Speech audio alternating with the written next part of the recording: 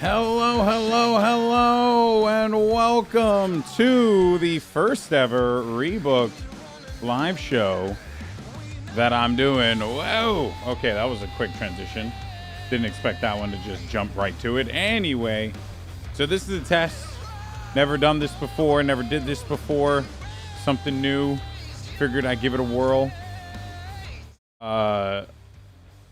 But I want to thank folks for jumping on board and checking it out. But man, what a match! What a main event!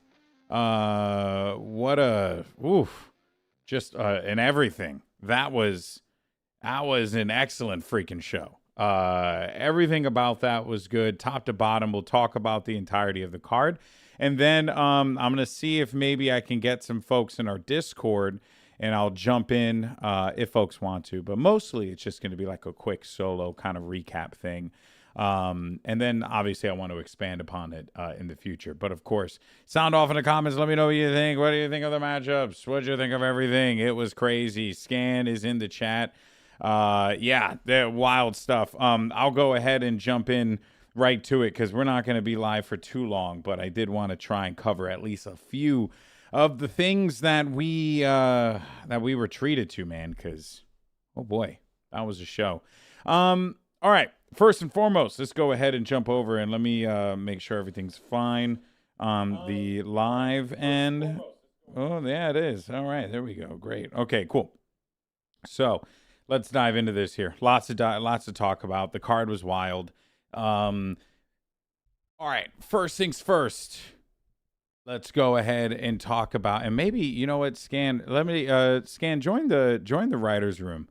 Screw it. Let's just do it, me and you, and then, or join ringside, and then I'll just get you in. There you go. Yeah, all right. Hey, buddy. not? Yeah, I probably should have just had built out a 2 graphic, but it's no big deal. I'll figure out some stuff while you chat too.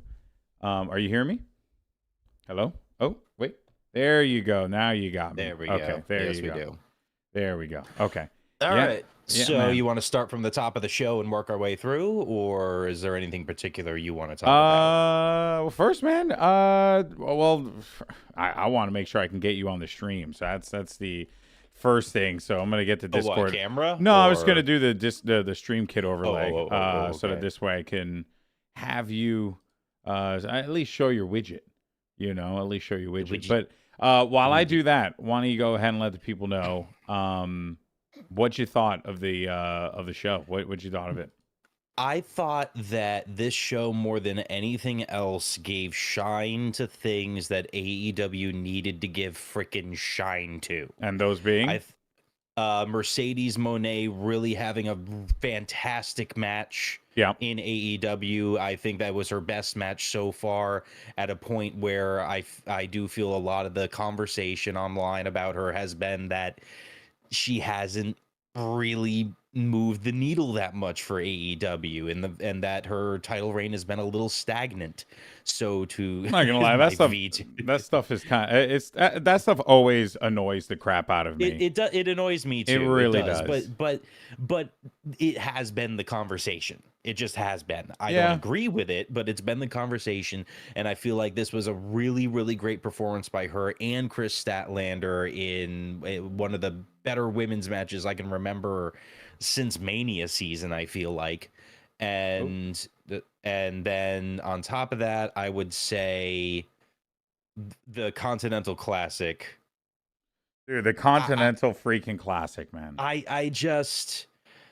I didn't want Okada to win, to be honest. I didn't, but you know what, man? I liked it. I wasn't mad about it, dude. I'm gonna make that's exactly how I ended up feeling about it as well. Was that it just like just huge? Yeah, I know. I made it way too big. I overcommitted on that one, pal.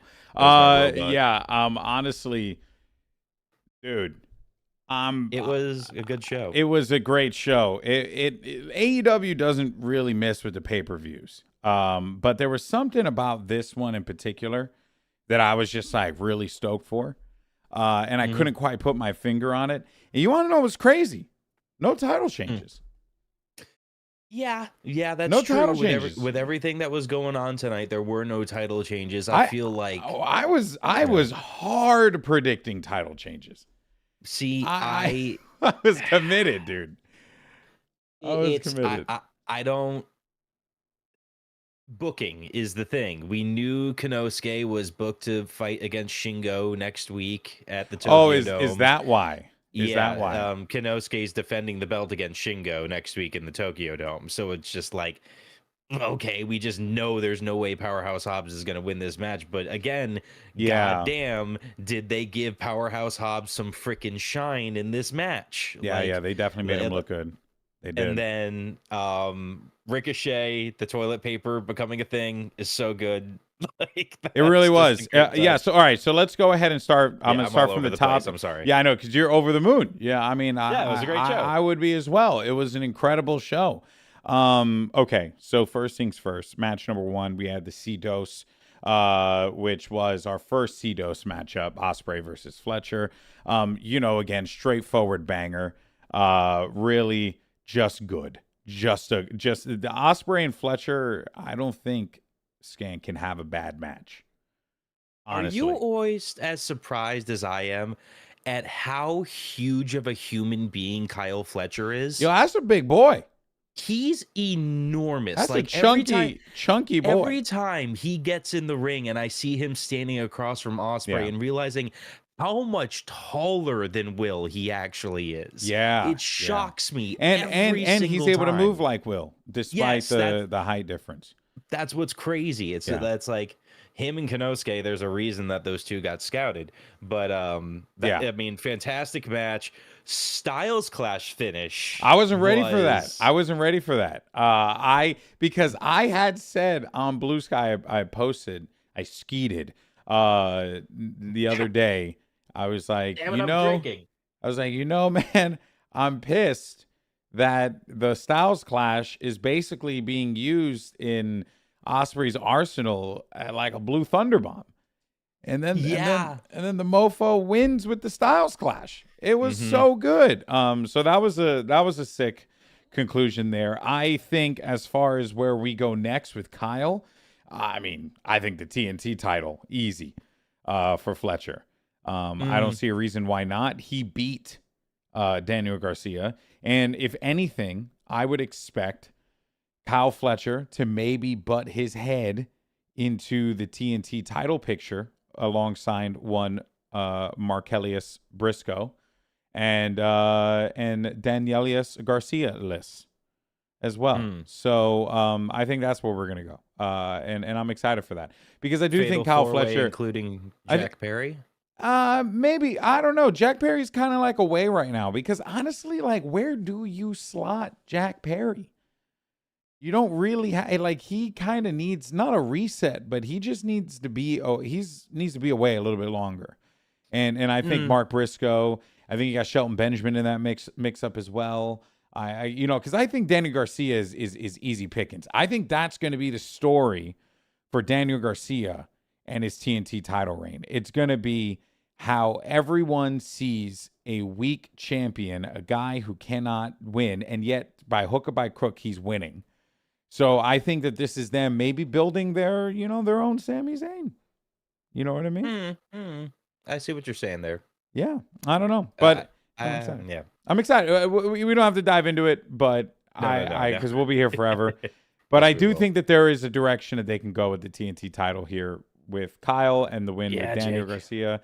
And yes, Jake, not a damn title change hands, not even the damn diamond ring. We'll talk about that in a second. We will talk about that. Okay, let's move past the Ricochet Okada matchup because, guys, we know it was good.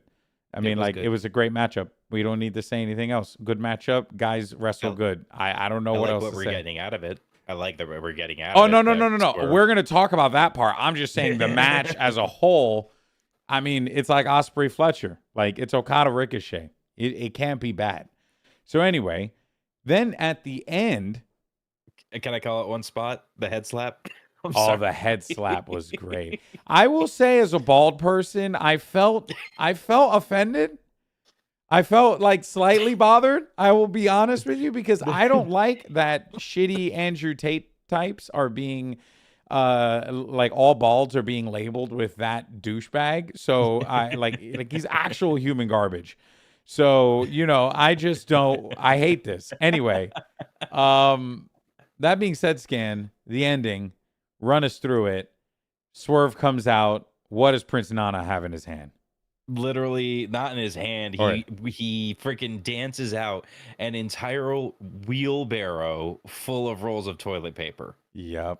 And they just hand him out to the crowd, and they said, exactly Happy New Year. And they threw the toilet paper at him. But you know what, man?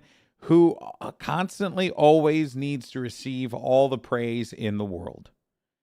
It is, and always, forever, Nigel McGuinness. The man on commentary was brilliant. He was selling it. He was like, mark my words, this time next year, Swerve Strickland's going to be, he'll pay for this or whatever. Like, I thought, man, whatever's going to happen going into the end of 2025, it's going to be awesome for Ricochet. There's going to be a story there. So anyway, Ricochet's out, Fletcher's out. We move on to Okada versus Ospreay, which, I thought it was interesting. I wasn't when we were planning and we were talking about the C-dose, Okada winning was never, we thought that this was Okada's way out. Yeah. We didn't no, this was not in the equation, man. Did we even think at any point, did any of us think he was even making it out of the group for a minute? Because he was not doing well originally in the actual leagues. Yeah, dude, it was so bizarre, but I'm not bothered by it. I mean, like I said, and we both kind of have the same reaction. It was my least desired outcome, but the matches were so good. The match was so good. The match was great. It might. I mean, it goes right into what I was saying when we were talking about our favorite things of this year. Ospreay's physical storytelling is so much better than anyone else in the industry. Yeah. It's insane. Yeah, he's so good. Sami Zayn is way up there, but my favorite thing about the end of the match, about the way that the match ended, was that 8 seconds after the match had ended, Ospreay kicks, and then he kicks again, and then he kicks again, and he's just literally pumping his shoulders as hard as he can because on pure instinct he's still trying to kick out of not even any offense. That's just his body physically reacting to do that. And I thought it was such a brilliant touch that it's just he's still not quitting. He's still not quitting. The match is over and his body will not let him quit. It was such a great little physical detail at the end of the match. Yeah. And it's why he might be my favorite wrestler now. He really might be. He really is fantastic when it comes to that stuff. I do want to, and we might as well talk about it since we talked about the C2, and then we'll talk about the finals here rather than the order of the matchup. And well done, Matt. Hopefully your wife can love physical storytelling eventually.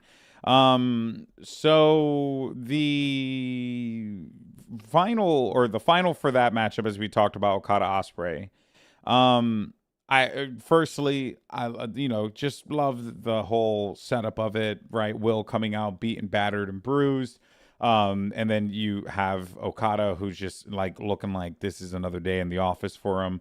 Feeling a little bit worse for wear, but got the better over Ricochet. So, felt pretty good about that. And you had to feel pretty good about Okada going into it. So the smart money was on Okada winning because the story being told is that Will Ospreay's just on death's door and Okada's just vibing. So, what we ended up getting, fantastic matchup between two of the best to do it.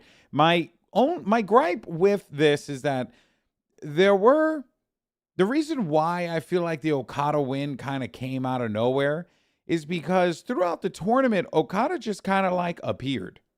He didn't really say anything, multiple times, right? He kind of just showed up, wrestled God tier matches, and then bounced, right? And I don't know, maybe there were some promos that I had missed. I'm not sure. But I kind of felt like he wasn't really, the focus of this. So then at the end, when Excalibur was popping off about Okada tying the record for 5 tournaments won, it really did feel a little bit out of nowhere because I don't think at any point in time that was mentioned. But then I go back and was it when? When was it mentioned? I couldn't tell you exactly when, but like it was. It had to have been an episode of Dynamite. It was because it wasn't Collision. Like a social media post or something. Even to that really? level, even that? Where I think it was good. Even to that kind of thing where it was like I think it was even just a little package. They beginning put of the C2. Yeah. Okay. It was definitely mentioned that. But then it was they just never like mentioned it again after that. Exactly. That was my problem. Is that like they gave him no sense. Because now that's even struggle. worse. Because now that's even worse. Now you're saying you mentioned it at the beginning and then you failed to mention it throughout the duration of the tournament. Yeah. I don't know. It was definitely, like it was mentioned at the very beginning of the tournament, and this was, and again, it makes the title itself look worse because at no point did Okada look happy about getting that title belt back whatsoever. Yeah. The only thing he was happy about was holding up that 5. Yeah. And showing that I am now this 5-time. That's what mattered to him. And then that ending, I will be very honest with you, not a fan of how that whole ending played out. I think the ending was I understand what they were hoping to accomplish. Because you get like the Kenny Omega return was fine. I wasn't bothered by that. Like that was a great moment, right? I don't think you needed Christopher Daniels coming out announcing to the world that he lost his job, and then saying he lost his job because Kenny Omega and EVP came back, and thus kind of like reigniting that that EVP bullshit that I'm just kind of over at this point. Like, if I don't ever have to hear the words EVP ever again, I'd be okay with that. Like, it's effectively ruined what a vice president at the executive level could be for me. If I ever were to start a company that becomes a Fortune 500 institution.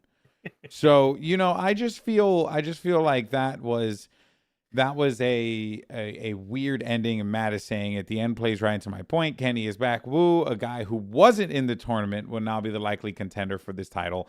15 people just spent weeks fighting for. I 100% agree with that. That being said, the C2 was good. It was good. I'm looking forward to the C3. But, they definitely gotta bake it in a little bit better if that was the ending that was planned the entire time, because you had so many cool directions you could have gone in. And but Okada winning was still pretty dope because Okada's awesome. Yeah, at least throughout the rest of the C2, the C-Dose, we have a lot of storylines being set up. How it was like Darby's only real concern was making sure Claudio didn't go too far, and he succeeded in that. Briscoe getting arguably the biggest singles win of his entire career. Yep, and now a title match against Daniel Garcia at Collision. So he's getting a title match out of that. You have, of course, Fletcher and Ospreay, and whatever the hell the next step in their rivalry is going to be in all of this. And then, as we already talked about, Ricochet spinning things off into a new thing against Swerve. On the note of Ospreay real fast, I'm cool if Ospreay is off TV for a little while. I would agree. I think we got plenty of Will Ospreay. He is awesome. We have established that we love him, and we are bruvs. But now let Will rest. Let him you got a lot of talent that just came back. You know what I mean? And the last thing that you need is for Will Ospreay to be overexposed in this point, or potentially not be utilized at all. And I think they gave themselves a very good out. You know, he was going into the C2 kind of, messed up, right? I do agree, Lewis. I hope he still goes to Disney. I still want him to go. You should still go, buddy. It's good. You can get a fast pass. Hit up Matt. He'll take you on an adventure. But yeah, he can show you the world. He can show you the world. So yeah, I'm down with if Will Ospreay's chilling for a little while, and we'll see what happens. I mean, we also have other things kind of shifting into the main event scene now that I think fill a bit of the void that Will can take a step back from now as well. For sure. But we'll talk about that later. All right. Exactly. So now moving forward, our AEW women's title matchup. Similar situation where sorry, Fast Pass is dead. I apologize, Matt.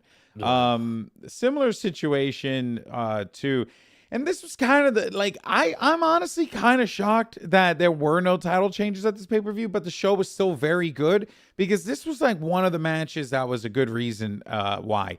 The women's title match, Mariah May going up against Thunder Rosa in a Tijuana street fight.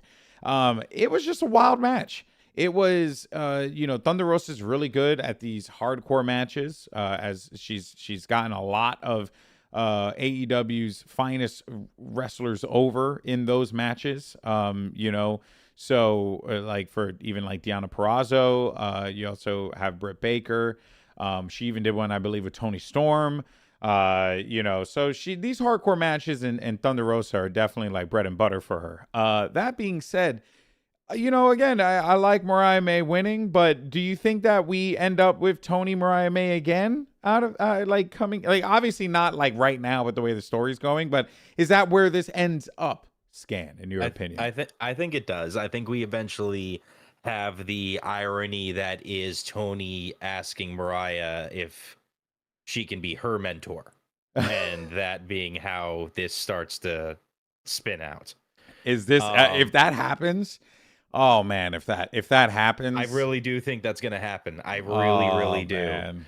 I mean, as much as this was a great match. It's kind of the break glass in case of emergency, except instead of glass, it's thumbtacks and hardcore matches with women in AEW. Yeah, it's just they're always good. They're always good. The women of AEW put on fantastic hardcore matches. My only thing is real fast. This is good, but I think now next time you do something like this, you got to have a little bit more meat on the bone. Yes. Because this one was kind of just like out of nowhere. Mariah May just insults her father. That was it. That's what I mean by kind of the break glass in case of emergency. It's just like this was, we need a big women's match for this event, for the event. We need something for this. Who can we call on to have a really good match that people are gonna praise and have it be a hardcore match? It's like flip a coin. You either got Willow Nightingale or Thunder Rosa. And they just went with Thunder Rosa this time. Yeah. And I mean, it was great. It was a great match. It's just but it was a stopgap match, so there really wasn't much else to dive into with that one. But then we'll move on to the match where honestly no idea where it went, but I was still intrigued. Dynamite Diamond Ring match, Adam Cole versus Maxwell Jacob Friedman. Look, we know this one already had a weird build. It was weird. And there was no other way around it. Guys got hurt. But that being said, coming out of this, we ended up with just the Undisputed Era getting back together. I know. I know. Which is like, I mean, kind of cool, but it's like, man, AEW just did not need another faction. It's not even that it didn't need another faction. It's just this feeling of just like, so all of this is just like a weird reset at this point now. Yeah, and we're kind just of right back at the start of where all this happened. But now the guys who were heels were faces, and the guy who was the face is now a heel. Yeah. And it's no secret. I freaking adore Adam Cole, both as a wrestler and as a person. I absolutely love the guy. But at this point, please be done with MJF and move on to something else, anything else. Yeah, Because it's just not working between these two. I don't know what the situation is with MJF and like his movies or his filming or if he's doing anything. I have no freaking idea. But I will say that it'll be fine as well if MJF, then again, he's been away for a while, so it's kind of weird, but the idea that it ended with Adam Cole being surrounded by his friends and MJF having no one, I thought was a cool story, bit where it's like, it kind of goes back again to like how MJF has no one in his corner. Does this lead to MJF maybe making some, brash decisions? We'll see. I mean, he kind of went into this matchup with a very big head, as he does all the time. So does this result in something different? We'll find out. I don't know. This one just was weird, but one thing I want is for them to retire this Dynamite Diamond Ring forever. We're okay. We're good. It got value. We're good now, I think it got its money's worth. I don't disagree. I think we're good. Why at this point is it something that's still to be won and traded? It's just like, it's just MJF's thing. Just let it be MJF's thing. Yeah, I guess so. Yeah, I know, right? And if he it should be his streak. It needs to be his streak. Oh yeah, he won the match, by the way, which I think is also the other funny thing is that you come out of it with like, oh, Adam Cole's the real winner because he has friends, and that was it. But it's not a new faction like Dresden is saying. It's bigger now, but now it joins the growing list of factions. But they are interesting factions, I will say. Whether it's the Hurt Syndicate, Undisputed Kingdom, you got Death Riders, you have the Patriarchy, Don Callis family. Not that bad. Are they all bad guys? Well, Undisputed Kingdom's a good guy. And then Conglomeration, but like that's more of a collection of humans rather than a cohesive team, right? That's just like that's like OG Justice League, where it's just like they only get gathered together out of necessity. Times of need. Literally the Defenders, like that's just all. They're just like, we gotta take this crime boss down. Let's just get together. Yeah, I'll work out. We'll figure it out. That guy, Luke Cage, can't get shot. All right, follow him. So while this was going on, though, I did want to share a quick thought real quick. Very excited about AEW going to Max. Firstly, because it's going to be simulcast, which is great for me as a person living in the West Coast. But also, because I was thinking about this because the other day I was telling my wife, I was like, oh, yeah, AEW is going to be simul-streamed. So they're actually going to be first, and then it's going to be WWE, which is kind of wild. And she was like, oh, why are they doing that? I was like, well, because all these streaming providers are making plays. They wanna be, like live streaming providers now. Are you excited for this era of professional wrestling going to streaming services? It's far more than just professional wrestling heading to streaming services. But like in the context of just professional wrestling, how do you feel about?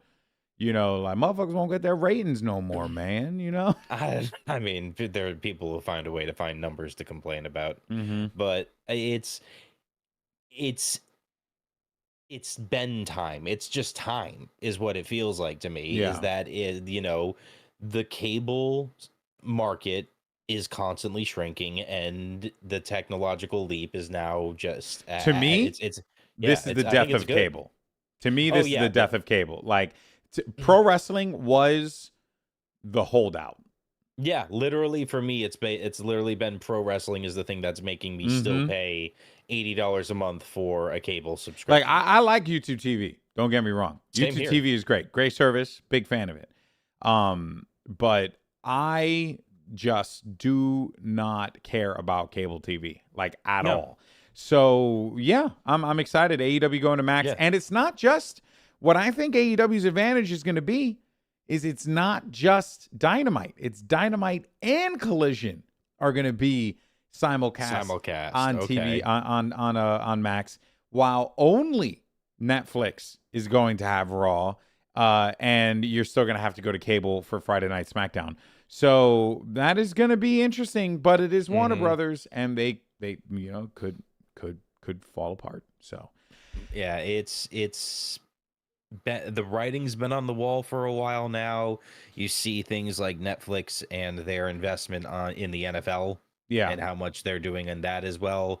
It's sports are the thing that are keeping cable subscribers attached, and the more of that and the more sports programming and sports entertainment programming that comes over to digital, which there's now basically SmackDown and NXT. Yeah, that's on cable, and that's it. Not even cable, because NXT CW, that's network, so you can get that over the air. But and like Lewis was saying, right, Netflix outside the US gets more stuff alongside Raw, so I mean, outside of the United States, it's going to be huge for sure.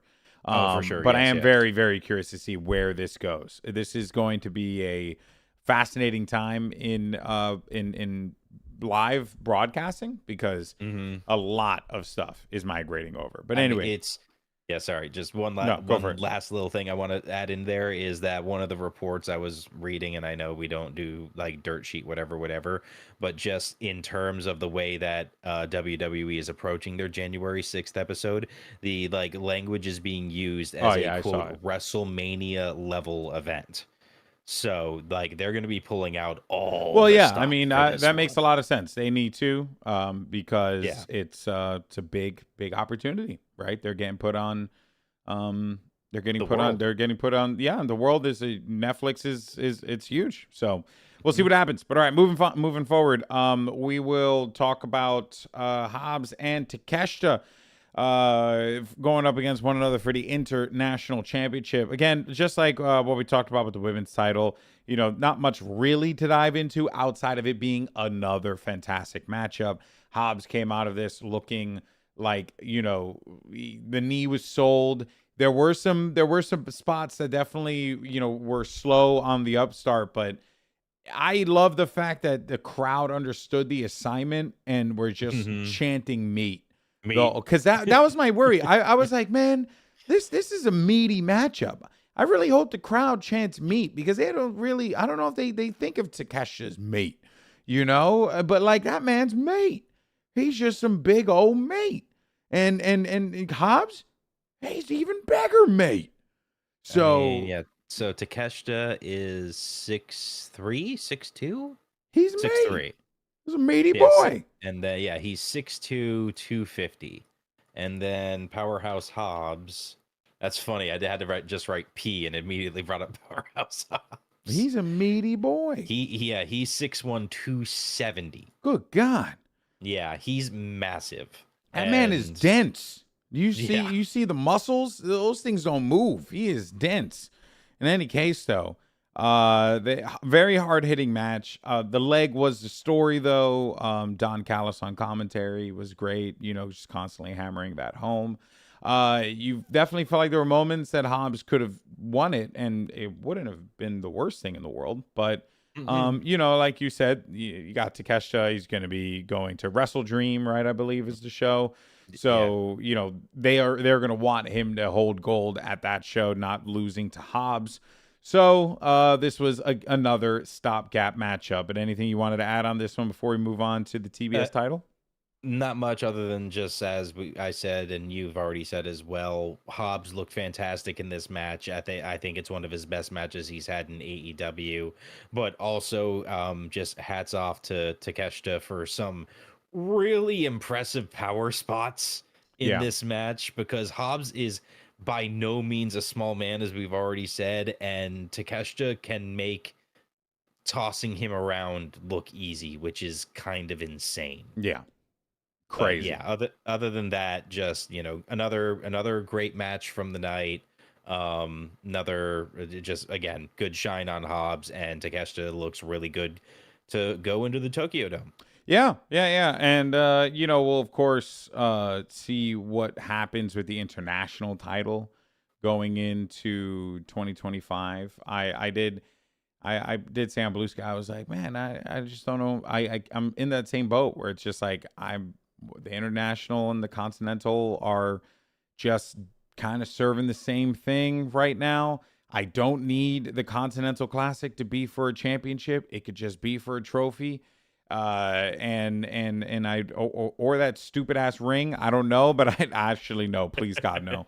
Yeah, don't merge those. I think I think a trophy would be awesome. I would like to see them, merge the titles. I think it'd be cool if the winner of the classic gets to pick a title shot of his choosing. Maybe that could be something cool. I don't know. I just would like for them to figure that out going into 2025. But yeah, so that was the international. Let's go ahead and move on to our TBS championship matchup. Chris Statlander, Mercedes Moné 2 Dos. This was a matchup again that when they fought the first time was fire. Everyone was like, holy crap. It was like one of the matches of the night for a lot of people. And we ran it back again. This is another similar situation, and it kind of bums me out that like this Wrestle Dream show kind of, it's kind of like Forbidden Door. Spoiler. Yeah, it's kind of like Forbidden Door, where like it that some things are just happening going into the show, so there's not really much that you can expect coming out of it. I knew Mercedes wasn't going to lose because they kept talking about the matchup with her and Mina Shirakawa for the New Japan Strong Women's Championship. So see, that's the. But I thought she was going into that as that champ to lose it because she was going to drop both belts and then maybe go for the women's title. That's exactly what I thought was going to happen. I thought this was going to be a story point for Mercedes of her suddenly losing all the gold very quickly, and I thought that would have been an interesting way for them to go, but. It's another one where I feel kind of similar to the way that I felt about Okada, where it's not the outcome I wanted, but I can't be really too mad because goddamn, it was a fantastic match. It really was. It was a fantastic matchup. Both women brought it. I thought Chris Statlander had so many power spots that were great. Mercedes Moné, that pin at the end was sick. Exactly. That trap pin, like there was just nowhere for Chris to tap out. She would have to literally like lift up her entire body in order to tap out. Like that was so good. I really, really liked that part. It was, it's what I like about AEW so much. And we had it twice earlier with the Styles Clash. And then with this, unexpected finishes and surprise finishes are a real thing in AEW. You never know how the match is going to end. Like some wrestlers straight up have like 3 finishers, and some only have one, but like some wrestlers, and you're going to see it become more of a trend. I guarantee you it's going to become more of a trend, right? You're going to have wrestlers that are going to be following Will Ospreay's model, Daniel Bryan's model, or Bryan Danielson's model of like just have like a suite of moves. So that just when people watch your match, you never know what's going to end it. The Gunther model as well. It is the Gunther model too. That is actually, how dare I besmirch my king? You're so right, because Gunther was doing that like ages ago. He's got the splash, the power bomb, the clothesline. He literally does. And the sleeper and the sleeper finisher, and the sleeper. Yeah, the sleeper, if anything, is like the sleeper and the power bomb are like the ones that like I think about with Gunther explicitly. I didn't know that, Lewis. He just pointed something out in chat. Mercedes versus Mina at Dynasty is also for Mina's undisputed British women's title. What promotion? Progress?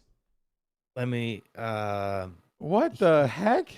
So is Mercedes Moné potentially going to come back with 4 belts? Oh, the Rev Pro belt. So she's going to come back with 3 belts then. Yeah. So they're just doing belt collector with Mercedes British Moné. Women. Yeah. Yeah. Okay. Anyways. So then, dude, and I want her to go. I want her to fight Mariah May. I want Mercedes Moné and Mariah May. That is one, because commentary saying both of those names back and forth is going to be hilarious, and 2, because those women can go. Give me that. They really can. But I know we're not going to get that for a while. But I would love that. That'd be amazing. We're not getting that until Mercedes drops all those other belts. Yeah. I don't think. All right. Well, So that, of course, takes us to our main event, the last match. Yeah. The AEW Men's World Championship, Jon Moxley versus Jay White, Hangman Adam Page, and Orange Cassidy. A fatal four-way matchup that had our commentators all over the place for a tizzy because no one knew the rules of a fatal four-way for a hot minute there. Until Excalibur clarified that there is no disqualification in a fatal four-way, almost as if that's why Jon Moxley planned it to begin with. Yeah. Which I wish that commentary, like, I wish the commentary would have picked it up. Because I think that would have been a cool thing to kind of like hammer home. It's like, you know, Jon Moxley used all three of these men's hatred for him against them, booking them in this matchup and ensuring that his Death Riders can always be there to watch his back. They at least hinted at it early on in the match when Mox initially jumped out of the ring, where it was just like, this is what he's counting on, was these three eventually like turning on each other and making it easy for him. And I was just, I'm sitting there going like, it's a fatal four-way. There's no rules to begin with. What are you talking about? Like, yeah. Like I would have liked it if they would have been like, he duped him, he tricked him, or something like that. You know what I mean? Like, I do like the idea, though, Dresden, of running it back under elimination rules, kind of like what TNA did with when Moose dropped his belt. That could be kind of cool. But either way, overall thoughts on the matchup, though. I mean, the matchup itself was great, but it had by far my least favorite finish of the night. Okay, because you didn't want to see Jay White get pinned? It's not even that I didn't want to see Jay White get pinned. It's the exact same level of worst part of the Bloodline reign shit. Sure. Where it's just the endless run-ins and the endless chicken shit heel moves of. But that's the thing, though. It's like, it's weird. He's not a chicken shit, though. He's not, but god damn it, Wheeler is. Wheeler is a chicken shit. Wheeler is going to be he is the Dominic Mysterio of AEW. That is quickly materializing. Becoming that. He is becoming that. The whole crowd chanting "fuck you, Yuta" was so funny. That was good. I will say that Moxley winning doesn't bother me much narratively, because not only because of what we got at the end, but because there's still elements of like the Death Riders' motivation that isn't as obvious as we've come to realize. Like, a lot of the story has been centered around the AEW, Team AEW, right, needs to take the belt away from Jon Moxley and his Death Riders because Jon Moxley is a problem. Jon Moxley is dangerous, blah, blah, blah, right? That has been the narrative. But since the rise of the Death Riders, right, and why did they take the title and put it under lock and key? I think we're going to find out on the January 1st episode of Dynamite. I have a feeling. But like, why did they do that? What have been some of these like cryptic kind of ways? Like, why is Moxley, doing things the way that he's doing it? He proclaimed that, he doesn't feel like people like Hangman and Jay White and Orange Cassidy can hold the banner of AEW. So who can? Adam Copeland is your answer? You don't think so? No. Really? Absolutely not. You don't think Adam Copeland is like a good dude to okay, think about it though. It's even better now because Christian's got that stupid contract. So it's even better now. Is it that you're like tired of Christian and Adam Copeland stuff? Because I can understand that, but No. It has nothing to do with that. In fact, I think the relationship between those two is the best part of what that whole story is going to be, because it's clear that Adam's going to be going after the title here. Yeah. He's going to be. And I think Christian possibly being the one to get out of that situation with the title is the most interesting part. Do you see a world where where Mox gives Copeland a title shot, and then Christian is like, absolutely not, and then he cashes in his thing to make it a triple threat, and then that kind of gets rid of that contract, and then Copeland and Christian can kind of continue their spat?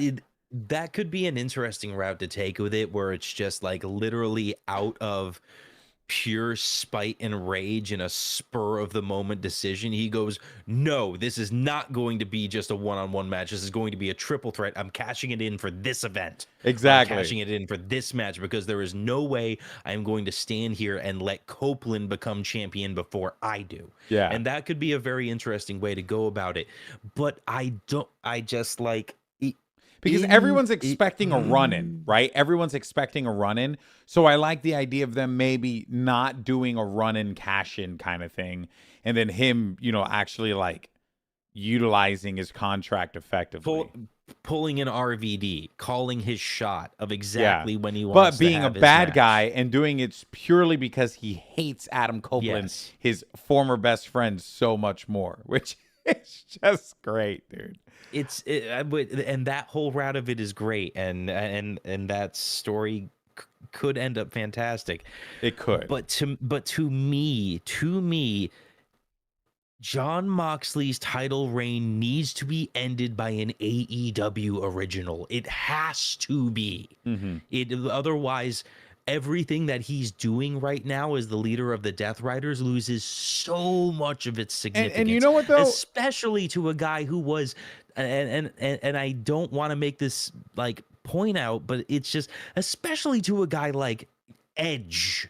Yeah. I'm sorry, because I'm going to call him Edge in this situation, because that's that level of WrestleMania main event WWE star. Yeah. Him being the person to come in and suddenly hold the AEW banner and him be the one to take down the Death Riders feels It's not going to be him. like such a sour note, and I pray it's not him. It's not going to be him. It's going to be Hangman. I'm convinced it's Hangman. Think so? It's going to be convinced Hangman. it's Hangman. Okay, firstly, no one in that company gets a bigger reaction than Hangman Adam Page. You're right. Right now, right? Like, I mean, some wrestlers get some big reactions, right? As we saw with Kenny Omega, for example. And Okada is another good one. But everyone loves Hangman. Hangman is on fire right now. He is on the run of his life. And I think that you got a lot of great roles, or a lot of great pathways you could take in the main event scene and how you want to get there. But I think that what would be compelling to me is at All in Texas, Hangman wins, because what ends up happening is along the way, Moxley is beating some great wrestlers. I think he's going to beat Copeland. I think we got All in Texas in July. You know who else I think is going to come back and Moxley might potentially beat? I think he's going to beat Samoa Joe as well. Okay. And I could see him maybe even beating Swerve, but that being tied to Hurt Syndicate in some way, shape, or form. But maybe. I don't really, honestly, that doesn't really need to happen. But the reason why I'm saying this is because in that matchup, right, and something that I've noticed is, like, they've been very intentional about certain things, right? Orange Cassidy, he got pinned, right, by Moxley. And, I don't think he was going into this matchup and he was going to win it, right? Then you had Jay White. I thought of the three others, he was the most likely. You know what? You wouldn't be wrong, but I just feel like Hangman, like right now, the Death Riders, they need, like, they want to build a big bad. That's what they're doing. And they want to build a big bad and give a guy a big moment. And Hangman is the guy. He's been the guy, literally from the beginning. You want to talk about AEW day one? He literally wrestled for the title on the first ever pay-per-view for AEW. So, like, you talk about the guy, the AEW guy, it is Hangman Adam Page. It has to be. And he didn't get pinned in that matchup, so he's free, right? He's okay. He didn't get pinned. Jay White got pinned. So I think that also adds a little bit a wrinkle to this as well. But I just think the person who's going to win the belt from Moxley wasn't even in the match. Who do you think? I still think Darby Allin. I 1000% think it's going to be Darby Allin. And Darby, to be the one to take him down. Darby could be a good one because he accomplished his goal, right? He didn't go into the C2 to win it. He went into the C2, to have good matches against great opponents and to test himself. And he also beat Will Ospreay. So, that was a big thing. Yeah. I still can't believe Darby Allin beat Will Ospreay. And that was an incredible matchup too. But yeah, you're not wrong. I think Darby All in Texas probably hits as well. Do you do it that soon? I mean, or they've been marinating Darby for a minute. They have, but it's still, he was specifically talking about going after Claudio and making sure that Claudio did not get far in the tournament. Yeah. I think there needs to be a blow off between Darby and Claudio, kind of as this prove yourself match. That but he beat Claudio though. He did, but it still has to happen. It has to be something outside of the CEDOS at this point. Okay, so you want I mean, I could see that being the case, but I do like the idea. I just think that ultimately who wins, it's Hangman or it's Darby. I cannot see a world where it's anyone else. I definitely do agree that it's one of those two. Yeah, I'm going to look at the chat real fast, real quick. Booking Like a Mark says, love the return of Copeland, but feel would be a bigger deal if Moxley was built stronger in recent weeks. I think the trios match should be rated FTR versus Yuta, Claudio, and Pac for the trios titles.